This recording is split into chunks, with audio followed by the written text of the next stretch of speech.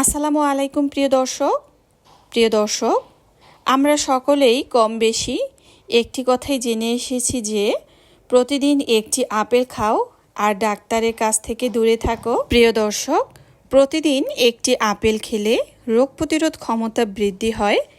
আপেলে রয়েছে প্রচুর পরিমাণে ভিটামিন সি ও অ্যান্টিঅক্সিডেন্ট, যা বাচ্চার শরীরে রোগ প্রতিরোধ ক্ষমতা বাড়ায়। তাছাড়াও এখন যেহেতু শীতকাল, আর এই সময় কিন্তু বাচ্চাদের ঠান্ডাজনিত সমস্যা যেমন সর্দি কাশি তো লেগেই থাকে। তো এই সর্দি কাশির সমস্যা কিন্তু আপেল খুবই গুরুত্বপূর্ণ ভূমিকা রাখে। মূলত এটা বাচ্চার সর্দি কাশি সংক্রমণ থেকে রক্ষা করে। প্রিয় দর্শক, বাচ্চাদের এই খাবারটি তৈরি করার জন্য এখানে দেখতেই পেয়েছেন আমি একটি আপেল নিয়েছি এবং সেই সাথে 2 রকমের বাদাম, সাথে রয়েছে কিশমিশ। আপেল এমনই একটি খাবার যা কিনা বাচ্চার হৃৎপিণ্ডকে সুস্থ রাখতে সাহায্য করে, বাচ্চার হজম শক্তি বৃদ্ধি করে, বাচ্চার দাঁত ও হাড় মজবুত করতে সহায়তা করে। প্রিয় দর্শক, এবার চলে আসলাম বাচ্চাদের খাবার রেসিপি তৈরি করার জন্য। বাচ্চাদের খাবার রেসিপি তৈরি করার জন্য এখানে নিয়েছি আমি ওটস কিন্তু অনেক পুষ্টি গুণাগুণ সমৃদ্ধ একটি খাবার। এতে রয়েছে প্রচুর পরিমাণে ফাইবার। বাচ্চার যদি কোষ্ঠকাঠিন্য সমস্যা থেকে থাকে, সেটা কিন্তু এই ওটস এবং আপেলের যে সংমিশ্রণে একটা খাবার তৈরি হবে, তাহলে কিন্তু আপনার বাচ্চার কোষ্ঠকাঠিন্য সমস্যাও দূর হয়ে যাবে। এখানে আমি অফ ক্যামেরায় সামান্য পরিমাণে একটু লবণ আর মিষ্টি স্বাদের জন্য তাল মিশ্রি ব্যবহার করেছি। আপনার বাচ্চার বয়স যদি 1 বছরের কম হয়, সেক্ষেত্রে লবণটা স্কিপ করে যাবেন। প্রিয় দর্শক, আপনি হয়তো বলবেন যে লবণ যদি না দিই তাহলে আমার বাচ্চা কিভাবে খাবে? জন্মের পর থেকেই আপনার বাচ্চা লবণের স্বাদ বুঝতে পারে না। আমরা যখন একটু একটু লবণ খাইয়ে বাচ্চাকে অভ্যস্ত করি, তারপর থেকেই কিন্তু সে লবণের স্বাদ বুঝতে পারে। এইমাত্র দেখতে পেয়েছেন যে আমি একটু পিউরি দিয়েছি, আর সেটা আমি যে গ্রেট করে রেখেছি আপেল এবং কিশমিশ, সাথে 2 রকমের বাদাম, তো পুরোটাই কিন্তু আমি একটা মিহি পেস্ট তৈরি করে নিয়েছি ব্লেন্ডারে দিয়ে।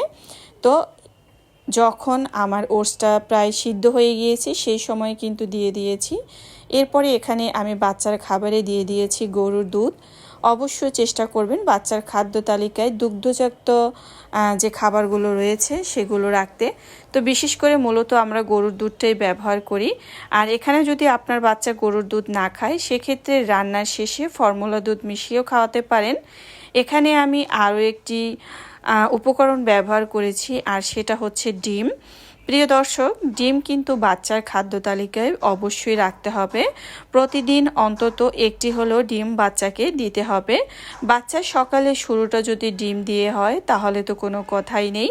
তো আমার বাচ্চা কিন্তু সবসময় চেষ্টা করি তার সকালের শুরুটা ডিম দিয়েই আর কি হয়। তো সবসময় তাকে কিন্তু সিদ্ধ ডিম দেই, তো সেটা খেতে কিন্তু সে ভীষণ পছন্দ করে। আপনার বাচ্চা যদি 6 মাস 7 মাস বয়সের হয়ে থাকে, সেক্ষেত্রে অবশ্যই ডিমের কুসুম দিবেন, সাদা অংশ দিবেন না, কারণ এতে অ্যালবুমিন রয়েছে। তার পাশাপাশি এতে কিন্তু বাচ্চার পেটে বা অ্যালার্জিজনিত সমস্যা হতে পারে এবং পেটেও ব্যথা হতে পারে। তো 6 মাস 7 মাস বয়স যদি হয়ে থাকে, সেক্ষেত্রে আপনি বাচ্চাকে ডিমের কুসুমটুকু দিতে পারবেন। আর এই পর্যায়ে এসে আমি খাবারে একটু সামান্য পরিমাণে ঘি যুক্ত করেছি। ঘি হচ্ছে স্বাস্থ্যকর ফ্যাট, যেটা বাচ্চার স্মৃতিশক্তি বাড়ায় এবং সুস্থ স্বাস্থ্যের অধিকারী হয়। তো বাচ্চার কিন্তু এতে স্বাস্থ্যের ওজনও বেড়ে যায় ঘিতে।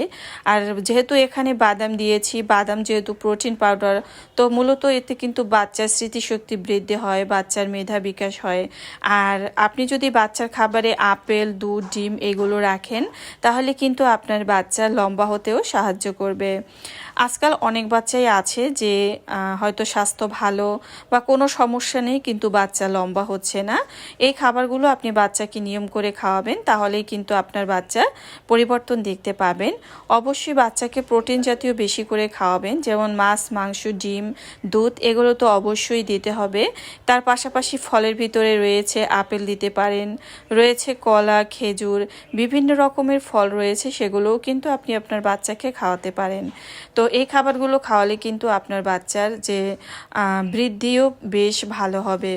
তো চেষ্টা করবেন বাচ্চাকে সবসময় পুষ্টিকর খাবার খাওয়াতে, আর যেই খাবারটা খাওয়ান না কেন সেটা যেন অনেক পুষ্টিকর এবং মজাদার হয়। মজাদার হলেই তো বাচ্চারা মজা করে খাবে। প্রিয় দর্শক, এই খাবারটি হতে পারে বাচ্চার জন্য সকাল ও বিকালের জন্য চমৎকার একটি নাস্তা রেসিপি।